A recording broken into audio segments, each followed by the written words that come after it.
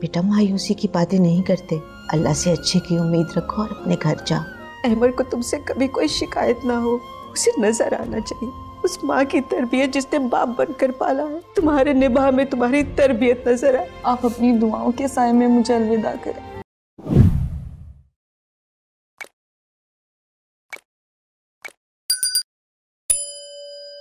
अहमद की फ्लाइट का टाइम पूछा कि नहीं? जी अम्मी कॉल की थी लेकिन नंबर बंद आ रहा है। चलो कोई बात नहीं, वो खैर से आ ही जाएगा। मुझे तो खुशी इस बात की है कि हालात सही रास्ते पर चल पड़े हैं। अल्लाह ने मेरी दुआएं आखिर सुन ही ली। अम्मी पता नहीं क्यों मेरे दिल से वहम निकल ही नहीं रहे। ताबीर, मेरी जान, बेटा मायूसी की बातें नहीं करते, अल्लाह से अच्छे की उम्मीद रखो और अपने घर जाओ। और देखो, अपने ज़हन में कोई पुरानी बात मत रखना। तुम्हारी माँ के दिल में खुशी की लहर उठी है, उसे कायम रहने दो। मैं मायूस नहीं हूँ, वहाँ के लोगों से वाकिफ, मैं जानती हूँ वहाँ इतनी जल्दी कुछ नहीं बदलने वाला। बेटा छोड़ो उन लोगों को, तुम खुद से तहैया कर लो कि वहां पर चाहे जैसे भी हालात हो तुमने निभा करना है। अहमद को तुमसे कभी कोई शिकायत ना हो। देखो बेटा, उसे नजर आना चाहिए उस माँ की तरबियत जिसने बाप बनकर पाला है। तुम्हारे निबाह में तुम्हारी तरबियत नजर आए।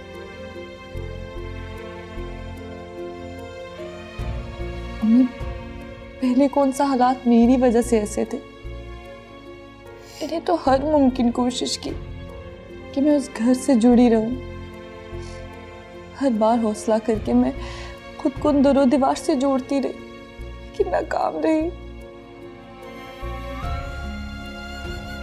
इस बार अपनी माँ का हौसला पल्लू से बांध कर जाओ, तुम्हें कमजोर नहीं पड़ने देगा।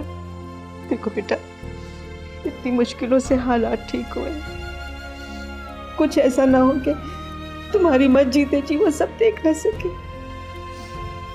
नहीं अम्मी, आप अपनी दुआओं के साए में मुझे अलविदा करें। मैं हर रिश्ता निभाऊंगी, आपकी बेटी अपना घर बना लेगी।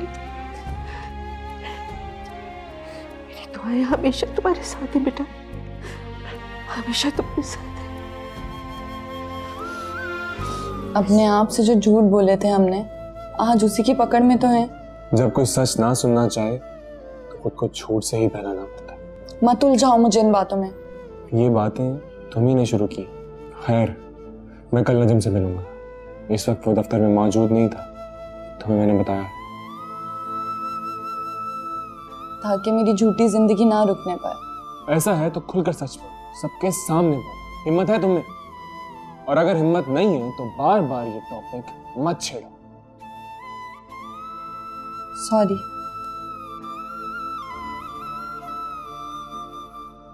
तुम कल जाओ और वहां देखो वो लोग क्या कहते हैं। अजान,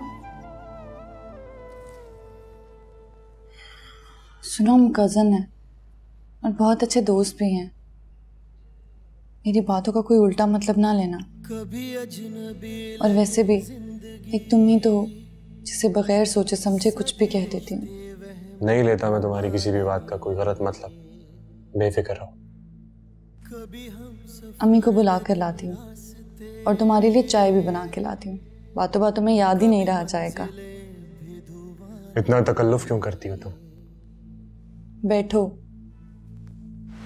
तो तुम ताबीर के कज़न हो, मैंने पहले भी तुम्हें देखा था। जी, वो आपने ताबीर की शादी में देखा होगा। उस दिन आप वहाँ आए थे, मैंने देखा था आपको। नहीं, शादी के बाद मैंने तुम्हें ताबीर के साथ किसी कॉफ़ी शॉप में देखा था। ओह अच्छा, और जिस दिन ताबीर का अपने ससुराल में झगड़ा हुआ था उसे मैं ही घर लेकर आया था। हम रास्ते में एक जगह रुके थे, आपने वहाँ देखा होगा। हाँ, वहीं देखा था तुम्हें। काफ़ी ज़हीन हो तुम, मगर मैं तुम्हें ताबीर के साथ देखकर कुछ और ही समझा था। क्या समझे थे आप? कुछ नहीं, एक मिसअंडरस्टैंडिंग हो गई थी, मुझे माफ़ करना। मुझे नहीं पता था कि तुम भाभी के मामूजात हो। तो आप अहमद से रब्ता करके इस नोटिस का बताना चाह रहे हैं? मैं सारी सिचुएशन क्लियर कर दूंगा। आपका नाम क्या है? जी अजान। अजान साहब, मैं समझ गया हूँ, ये पूरा का पूरा खेल किसी ने रचाया है। जब कुछ है ही नहीं तो इस खुला के नोटिस की क्या वैल्यू है? तो अहमद साहब का कोई नंबर नहीं है आपके पास? आप अपना नंबर मुझे दे दें, बल्कि भाभी का नंबर भी मुझे दे दें। हो सकता है अहमद के पास नंबर ना हो, क्योंकि वो अपना फ़ोन पाकिस्तान में ही भूल गया है। जी मुझे पता है, उनका फ़ोन यहीं पे रह गया। ठीक है, मैं उसे कहकर फ़ोन करवाता हूँ। पहले उसे काफ़ी कुछ समझाना पड़ेगा। आप मुझे अपना नंबर और भाभी का नंबर लिखवा दें प्लीज़। जी।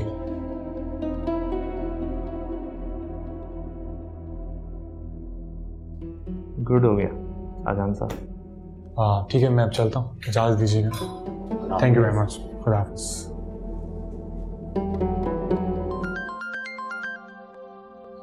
अहमद, अस्सलाम वालेकुम। वालेकुम सलाम। सबसे पहले तो ये कि आई एम वेरी सॉरी, और दूसरी बात ये कि मैं कल पाकिस्तान वापस आ रहा हूँ। बाकी बातें मिलने पर। तुम्हें आवाज़ आ रही है मेरी? जी सुन लिया। मुझे पता है तुम नाराज़ हो, और तुम्हें मनाने के लिए ही वापस आ रहा हूँ। देर नहीं करती आपने अहमद? कभी देर नहीं होती। It's never too late.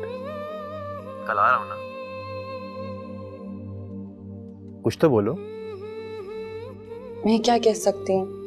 मुझे तुम्हारे गुस्से का अंदाज़ा है। मैं भला क्यों गुस्सा करूँगी? तमाम गलतफहमियां दूर हो गई हैं। मुझे रजब ने सब बता दिया है तफसील से। मेरे आने से तुम्हें खुशी नहीं हो रही? बस आप आ जाएं। हुक्म की तामील होगी जनाब। बस आ रहा हूँ आपसे माफ़ी मांगने के लिए। अल्लाह हाफ़िज़। अल्लाह हाफ़िज़। अबीर, जी आपी। मैंने तुम्हारे लिए नाश्ता बना दिया है। हाय मेरी प्यारी आपी, आप कितनी अच्छी है ना। आप जब चली जाएंगी तो मेरे इतने नखरे कौन उठाएगा? वैसे आज जा रही है ना? पता नहीं। क्या पता नहीं?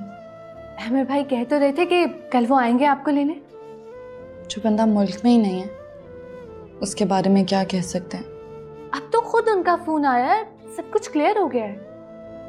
अल्लाह करे ऐसा ही हो। क्या बात है आपी, आप खुश नहीं हैं जाने से? खुश हूँ लेकिन डरती हूँ। किस बात का डर है आपको? जो सब अब तक हुआ है। आपी, अहमद भाई आएंगे ना, आप साफ साफ उनसे बात करना, ताकि सारे मामलात और सारे वाकयात उनके इल्म में आ जाएं। यही सोचा है मैंने, ताकि रोज रोज के ये तमाशे ही खत्म हो जाएं। मुझे मिस करोगी? ऐसा वैसा मिस करूंगी मैं आपको। मेरी प्यारी आपी। चलो चलो जाओ नाश्ता करो, हाँ, ठंडा हो जाएगा। ठीक है। अजनबी लगे जिंदगी